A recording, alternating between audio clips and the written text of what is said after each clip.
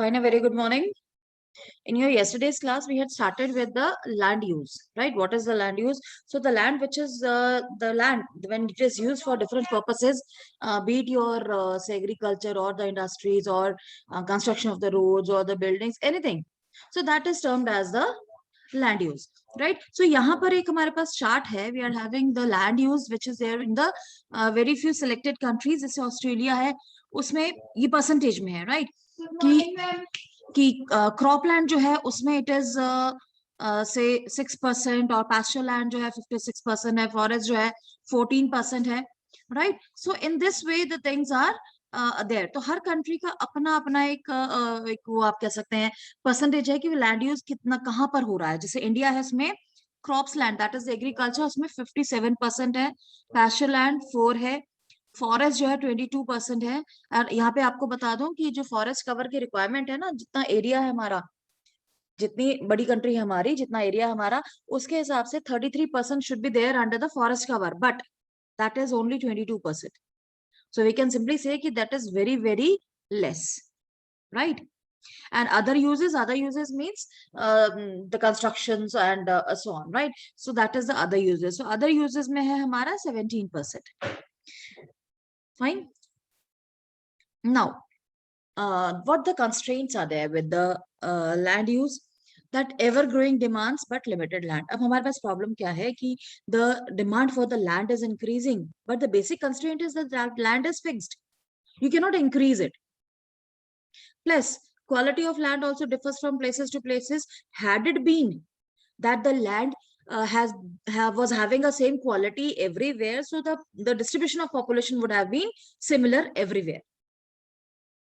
Then encroaching common lands to build up commercial areas. अब जो common land है या जो कुछ community land के लिए use हो सकता है, that is being encroached by the commercial people, and they are building up the commercial areas. कोई malls बना दिए हैं या housing complex बना दिए गए हैं. उससे क्या हो रहा है कि जो land otherwise it would have been available for the agriculture, now that is not getting available for the agriculture, right? That has been converted into the commercial use, be it the malls, be it the complexes, and so on, right? Plus, vast changes in the land use pattern reflect the cultural change to the society. अब हम लोग क्या इस चीज को observe कर सकते हैं कि long back when the more land was there under the cultivation, it means that the country was an agricultural one.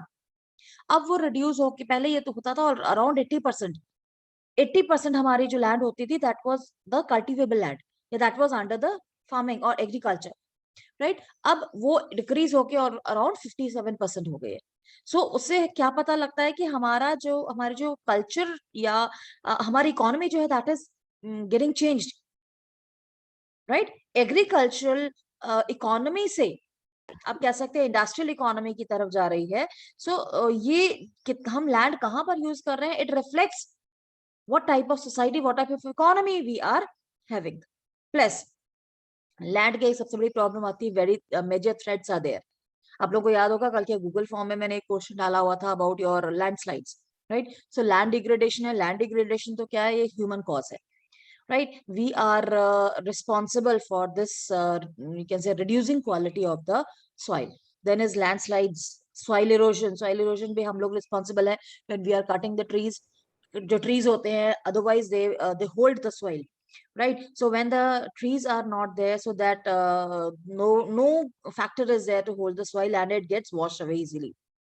Then is the desertification. Desertification is also there because the expansion, because of these commercial activities, right? Plus because of the deforestation. जब deforestation हो जाएगा तो that will be leading to the desertification also, right? अब agriculture के लिए हम लोग पेड़ काट देते हैं, हम लोग कंस्ट्रक्शंस के लिए पेड़ काट देते हैं, तो उसका रिजल्ट क्या हो रहा है, that is leading to the desertification, right? Deserts जो है वो हमारे इंक्रीज हो रहे हैं.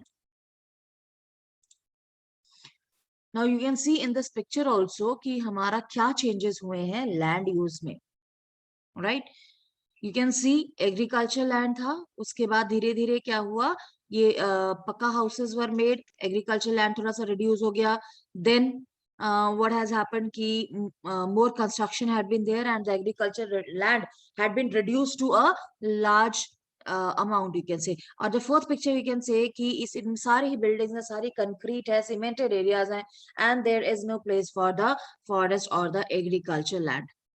So ये हमारा एक बहुत बड़ा change हुआ है हमारा सोसाइटी में से पिछले 50 सालों में, right? From last 50 to 60 years इतना ज्यादा drastic change जो है हमारी सोसाइटी में आया है.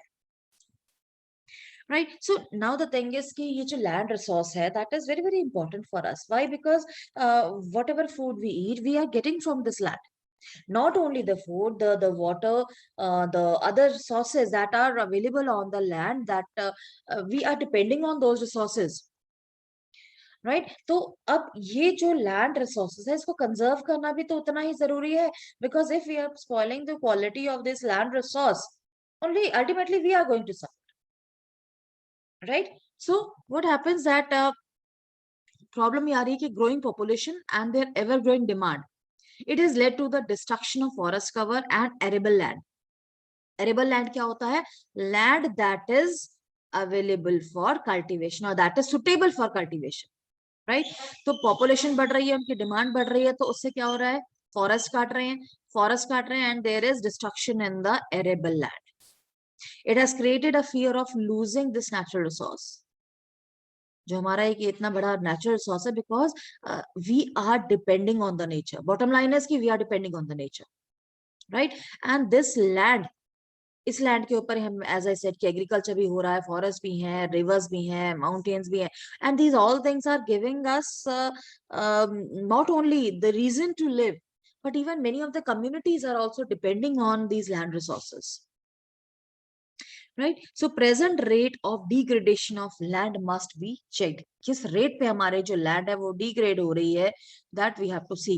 कभी अगर आप लोग जाए ना यहाँ से, if you go to somewhere Karnataka की साइड पे अगर कभी जाए आप, कभी आप लोग गए होंगे उस साइड, आप में से कई बच्चे हुजूर साहब गए होंगे, तो वहां पे जब हम लोग यहाँ से क्रॉस करते हैं ना, दिल्ली आप क्रॉस करिए, उसके बाद भोपाल जब हम क्रॉस कर लेते हैं, तो यू विल सी कि कितने डेजर्टेड एरिया है वहां. अदरवाइज पहले क्या होता था कि फॉरेस्ट होते थे, बट अब वो फॉरेस्ट भी काट दिए गए हैं, वहां पर आपको कुछ नजर नहीं आएगा. सच आपको बैरन लैंड कितना एक बड़ा स्ट्रेच जो है, स्पेशली जब आप भोपाल इंदौर वगैरह क्रॉस करते हैं, तब तो you will come to see कि कितना बड़ा एक big stretch is there which is totally deserted. ना आपको पेड़ नजर आएंगे, आपको सिर्फ एक खाली जमीनें वहां पे नजर आएंगी. That is only because the land degradation is there. Right, then it is afforestation, land reclamation, regulated use of chemical pesticides and fertilizers, and checks on overgrazing. These are the methods to conserve land. हम land को बचा कैसे सकते हैं? Afforestation, plants लगाओ, पेड़ लगाओ. Right, आप लोग भी तो इस लेवल पे काम कर सकते हैं. जरूरी नहीं कि हम हर चीज गवर्नमेंट पे छोड़ दें कि गवर्नमेंट ही अफॉरेस्टेशन करेगी, गवर्नमेंट ही करेगी. अरे at our level also we can do. Afforestation is not a big deal. You people can also do it. Otherwise, so I'm sure कि आप लोगों के सबके घरों में पॉट्स होंगे, गमले होंगे, जिसमें आप लोगों ने कुछ फ्लावर्स, छोटे छोटे प्लांट्स लगाए होंगे. राइट, आपके घर के बाहर कहीं आसपास कहीं भी आपको खाली अगर लैंड मिल रहा है, why don't you go there and plant a tree? And I'm sure your parents will encourage you only for this thing. Right? Then is your use of chemical pesticides and fertilizers. अब जितने chemical use होते हैं हमारे agriculture में as a pesticides, क्योंकि उसमें ना वो कीड़े लग जाते हैं जैसे फसल में, तो उसके लिए पेस्टिसाइड्स की जरूरत होती है. फर्टिलाइजर्स जो है, अदरवाइज तो अगर वो इट्स नेचुरल है, जिसे मैन्योर्स कहते हैं, then it is good. But हम लोग क्या, ये किसान क्या करते हैं, फर्टिलाइजर्स यूज करते हैं, जिससे जो प्रोडक्शन होता है वो बढ़ जाता है. राइट, लेकिन it leads to the land degradation. Why? Because ये जो chemical pesticides और fertilizers होते हैं, they seep down in the ground. पहले इनको स्प्रिंकल किया जाता है, उसके बाद जब इनको पानी दिया जाता है ना, तो ये पानी के थ्रू ये सॉइल के अंदर they just seep down in the soil. उससे क्या होता है, ये केमिकल्स जो है, और ये इतनी जल्दी एवापोरेट भी नहीं होते हैं, ये एनवायरमेंट में भी रहते हैं. राइट, सो ये पूरी सॉइल को पॉल्यूट कर देते हैं. And you will be surprise to know कि जो पंजाब है, पंजाब में, पूरे इंडिया में पंजाब ऐसा स्टेट है जहां पर सबसे ज्यादा केमिकल पेस्टिसाइड्स और फर्टिलाइजर्स यूज किए जाते हैं. राइट। सो ये कुछ मेथड्स हैं कि अगर इसको रेगुलेटेड यूज किया जाए, इसको लिमिट में यूज किया जाए, तो that's not a harm, right. So over grazing जो है, ओवर ग्रेजिंग के ऊपर भी एक कंट्रोल होना जरूरी है। ओवर ग्रेजिंग क्या, ये जो एनिमल्स है जब ऐसे छोड़ दिए जाते हैं ग्रेजिंग के लिए, तो जब वो पुल करते हैं ना खाने के लिए, तो वो अपने साथ सॉइल काफी ज्यादा निकाल लेते हैं, तो वो भी एक सॉइल डिग्रेडेशन ही है, क्योंकि सॉइल की जो अपर लेयर होती है ना, that is very fertile, right. So ये जो ओवर ग्रेजिंग जब होती है, जब ज्यादा जानवर जो है ये उसको ग्रेस करने लग जाते हैं लैंड को, that also leads to the land degradation, right. अब इसके अलावा हम लोगों के पास एक और चीज है, लैंडस्लाइड्स बड़े कॉमन है। अगर आप लोग माउंटेनियस रीजन्स में जाएं तो यू विल फाइंड कि लैंडस्लाइड्स जो हैं वो बहुत कॉमन होते हैं। मींस कि पहाड़ों से पत्थरों का टूट के नीचे गिरना। कभी टाइम मिले ना तो यूट्यूब पे वैसे बहुत चीजें देखती हूँ ना, ऐसी चीजें भी एक बार देखो, कुछ आपको पता, उसमें पता लगेगा कि लैंडस्लाइड जो है वो कैसे I mean it takes place, right. So इसका मतलब क्या होता है, mass movement of rock debris on earth down a slope, कि बहुत बड़े बड़े पत्थर या पत्थर के टुकड़े जब नीचे जमीन पर आते हैं तो that is a landslide, right. अब इसे बचने के लिए क्या होता है कि हैजर्ड मैपिंग करनी चाहिए। Such areas can be avoided for building settlements. सबसे पहले तो ये पता लगाना चाहिए कि कौन से एरियाज में लैंडस्लाइड्स होती है। वो पता लग गया तो अब वहां पर the construction should be avoided, no construction should be there, right. Then construction of retention wall. अगर आप लोग अभी इधर जाए ना हिमाचल की तरफ, तो वहां पर यू विल फाइंड कि जब आप पहाड़ों की तरफ चल रहे थे तो एक तरफ तो डीप वैलीज आपको वो खाई सी नजर आएगी, दूसरी तरफ आपने देखा होगा कि जो पहाड़ से उसमें वॉल्स बनी होती हैं, छोटी छोटी, पूरे पहाड़ वॉल्स पे कवर नहीं किए होते हैं, से कि आप कहो कि अराउंड 10 फुट या 12 फुट पे तक वो वॉल्स बनी होती हैं एक तरफ, उसे हम कहते हैं रिटेंशन वॉल्स। उससे क्या होता है कि जब लैंडस्लाइड होती है तो वो सीधा सड़कों पर नहीं आ जाते हैं पत्थर, ये वॉल्स जो है उस लैंडस्लाइड को उसको स्लिप होने से बचाते हैं, राइट। पत्थरों को सड़कों पर आने से बचाते हैं, राइट। आपने जरूर देखा होगा इस चीज को। Then is increase in the vegetation cover. Definitely अगर वेजिटेशन कवर इंक्रीज होता है तो it reduces the landslide. Why? Because this vegetation it binds, ये जो वेजिटेशन है ये बाइंड करता है ये रॉक्स को, ये माउंटेन्स को, जिससे कि वो लूज नहीं होते। सॉइल रहती है ना तो उससे वो लूज नहीं होंगे, लूज नहीं होंगे तो वो बारिश से या बारिश पानी से इनसे नीचे नहीं गिरेंगे। Surface drainage control, right. इस ढंग से हमारा ड्रेनेज सिस्टम होना चाहिए कि जब बारिश आती है, राइट, सो वो ड्रेनेज सिस्टम ऐसा है होना चाहिए कि वो काफी पानी जो है that should be absorb by the soil, underground water चला जाए, right. So it control works to control the movement of landslide along with rain water and spring flows. Rain water के साथ क्या होता है, पानी ऊपर से बारिश होती है, पानी नीचे आता है, उसके साथ पत्थर आते हैं, इतने लैंडस्लाइड्स होने लग जाती हैं, एंड दैट इज हैजार्डस। जब ये हम ड्रेनेज सिस्टम कंट्रोल कर लेंगे तो पानी का प्रेशर जो है वो ऑटोमेटिकली रेगुलेट हो जाएगा, right. So these are the mitigation methods. Mitigation का मतलब होता है बचाव के तरीके, right. Then is a soil, right. अब ये जो आपकी बुक में भी ये फिगर बना हुआ है जो आपने अपनी नोटबुक में भी बनाना है, right. You are there to make this figure of soil profile जो आपने ऑलरेडी साइंस में भी किया हुआ है, right? So that is to be made by you people, right? So then what is the soil? अभी तक हमने land के बारे में पढ़ा, अब हम पढ़ेंगे soil के बारे में। It is a thin layer of grainy substance covering the surface of earth soil, right? और ये किस चीज से बनी हुई है?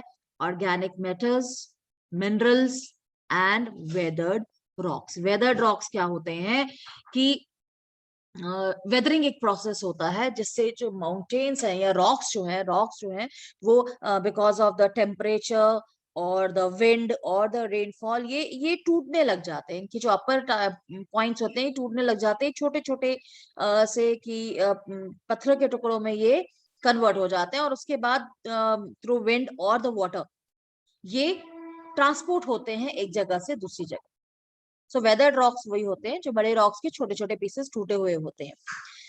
Right mix of minerals and organic matter. जो ऑर्गेनिक मैटर्स होते हैं और मिनरल्स जो होते हैं, that makes the soil fertile. अब ये जो फार्मर्स फर्टिलाइजर्स यूज करते हैं, राइट, जो फार्मर्स फर्टिलाइजर्स यूज करते हैं, that is actually these minerals जो आर्टिफिशियली आप कह सकते हैं मेड मिनरल्स हैं, जो कि सॉइल को फर्टाइल बनाने में हेल्प करते हैं, बट उसका ज्यादा यूज जो है that is harmful. How is the soil made? Factors of soil formation. Soil जो है ये कैसे बनती है या उसकी जो टेक्सचर है वो किस चीज के ऊपर डिपेंड करता है? फर्स्ट ऑफ ऑल होता है parent rock. I will just take you to class 7। Class 7 में आप लोगों ने रॉक साइकिल पढ़ा है, right? igneous rocks converted into the sedimentary rocks, sedimentary converted to metamorphic rock, और उसके बाद ये रॉक साइकिल चलता रहता है। अब कोई पर्टिकुलर जो सॉइल है उसका पेरेंट रॉक क्या है? क्योंकि जो सॉइल है वो इन पत्थरों से ही बनी हुई है। रॉक्स जब हैं ये टूटते हैं बिकॉज ऑफ द टेम्परेचर और द वाटर और विंड, तो ये छोटे छोटे पार्ट्स में टुकड़ों में टूट जाते हैं, ट्रांसपोर्ट होते हैं और ये लेयर्स बनती हैं। ये मेरे को आपको बताने की जरूरत नहीं है, आप लोग ऑलरेडी 7th में करके आए हैं, राइट? तो ये किस रॉक से बनी? ये इग्नियस रॉक से बनी है, या ये सेडिमेंट्री रॉक की बनी हुई है, या ये मेटामॉर्फिक रॉक के वेदरिंग से बनी हुई है, राइट? तो उससे इस सॉइल का कलर, इसका टेक्सचर, इसकी केमिकल प्रॉपर्टीज, इसका मिनरल सब कुछ डिफाइन होता है कि ये किस रॉक के पत्थरों से या किस रॉक के मटेरियल से ये बनी हुई है। Secondly is the climate, the temperature, rainfall, it also influence the rate of weathering. जहाँ टेम्परेचर डिफरेंसेस बहुत ज्यादा हैं तो वो कॉन्ट्रैक्टिंग और एक्सपैंडिंग से जो वेदरिंग है वो ज्यादा होती है, right? Then is relief, altitude and slope determine the accumulation of soil. Depend करता है कि किस altitude के ऊपर की हम बात कर रहे हैं। हायर एल्टीट्यूड जो है वहां पर अलग तरीके की सॉइल मिलेगी, जो लोअर एल्टीट्यूड है, लोअर हाइट पे जो एरियाज है वहां पर you will find different type of soil. Then even flora, fauna and microorganisms, ये जो है ये ह्यूमस फॉर्म करते हैं। ये जो सॉइल है उसको बहुत ज्यादा फर्टाइल बनाते हैं, जिसे हम कहते हैं organic matters, right? So apart from this, time is also a very good, a very important factor. Soil जितनी पुरानी होगी उतनी उसकी लेयर थिक होगी, न्यूली फाउंड जो होगी उसकी लेयर जो है वो थिन होगी, राइट? फर्टिलिटी भी डिपेंड करती है कि वो न्यू सॉइल है या ओल्डर सॉइल है, राइट? ओल्डर सॉइल जो है उसमें कई बार क्या होता है कि मिनरल्स कम होने शुरू हो जाते हैं, फर्टिलिटी जो है वो कम होनी शुरू हो जाती है। जो न्यूअर सॉइल है दैट इज से more fertile in nature, right? अब डिग्रेडेशन ऑफ सॉइल जो हम ऑलरेडी लैंड के साथ ही कर चुके थे, soil erosion and depletion. Forest cover ना होने से क्या होता है, जो फॉरेस्ट और जो vegetation that would have been binding the soil, that is absent now, and it leads or it makes the soil loose, which gets eroded very easily, right? Then as mentioned कि both human and natural factors lead to degradation. कुछ तो natural factors हैं जैसे landslides वगैरह हैं, अब ये natural factors हैं, ये soil erosion को increase करता है, लेकिन कुछ ऐसे चीजें भी हैं जो human factors हैं। चलो अगर हम लोग natural factors की बात करें तो rainfall, landslides, floods, right? earthquakes भी इसमें हम ऐड कर सकते हैं, which spoils or it reduces the quality of soil, whereas ये है natural factors। human factors कौन से हैं? deforestation, overgrazing, overuse of chemical fertilizers or pesticides, right? ये जो है ये सारे एक reasons हैं for the degradation of soil। Conservation of soil, हम कंजर्व कैसे कर सकते हैं सॉइल को? कुछ मेथड्स हैं उसमें। First is the mulching.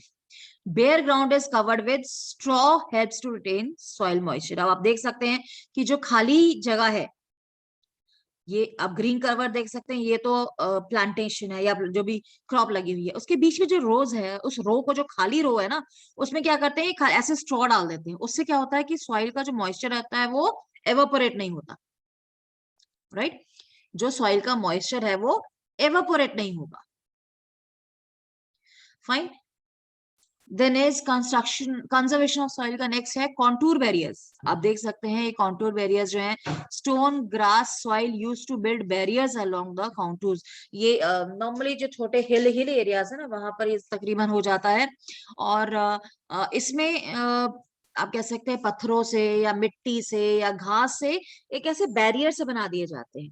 आसपास आप देख सकते हैं ना गोल गोल गोल से ये बैरियर्स हैं, राइट। इससे क्या होता है, और इनके साथ ही एक जो पानी है तो ये स्लिप नहीं होता या नीचे फ्लो नीचे की तरफ नहीं आता, यहाँ पे थोड़ा रिटेंशन हो जाती है, पानी जो है वो कलेक्ट हो जाता है। That is helpful for the agriculture.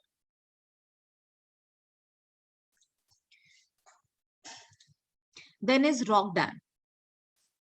You can see rocks are piled up to slow down the flow of water which prevents the soil loss। क्योंकि जब प्रेशर से नीचे आता है ना तो it leads to the soil erosion. But अब यहाँ पर आप देख सकते हैं कि ये पानी का जो प्रेशर है, the velocity of the water can be reduced by construction of these rock dams, right. You can easily see here.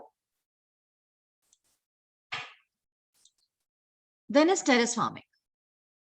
Terrace farming क्या है? Broad flat steps made on the steep slope so that flat surfaces are available to grow crops, right. अब ये पहाड़ी area है और यहाँ पर आप देख सकते हैं कैसे स्टेप्स बना रखे हैं। ये है पहाड़ को काट काट के स्टेप्स बनाए। कॉन्टूर में क्या है कि पहाड़ों के आसपास ही चारों तरफ ऐसे बाउंड्री सी या बैरियर से बनाकर वहां पर फार्मिंग कर ली जाती है, राइट। यहाँ पर जो है टेरेस फार्मिंग, ये इस ढंग से आप देख सकते हैं स्टेप्स बनाए हुए हैं, इसे हम स्टेप फार्मिंग भी कहते हैं, right. It also reduces the surface run of and soil erosion. क्यों? क्योंकि पानी जो है जब ऊपर से आता है, रेनफॉल होता है, तो ये एकदम से पानी नीचे नहीं आता, it has to pass through several steps, so उसकी वेलोसिटी जो है वो कम होती जाती है, right. Then is your intercropping.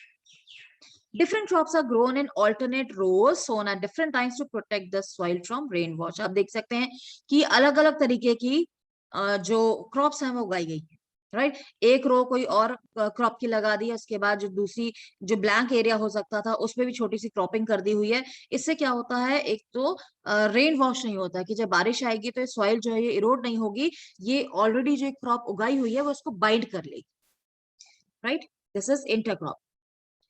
Contour plowing, again plowing parallel to the contours of a hill slope forms a natural barrier for water to flow down the slopes। आप ये देख सकते हैं यहाँ पे एक बनाया हुआ है किस ढंग से कि ये स्लोप है, स्लोप के साथ ऐसे छोटे छोटे बैरियर्स बना के, right, you can see in the picture कि छोटे छोटे बैरियर्स बना के स्लोप पे फार्मिंग जो है वो की जाती है, which slow down the flow of the water.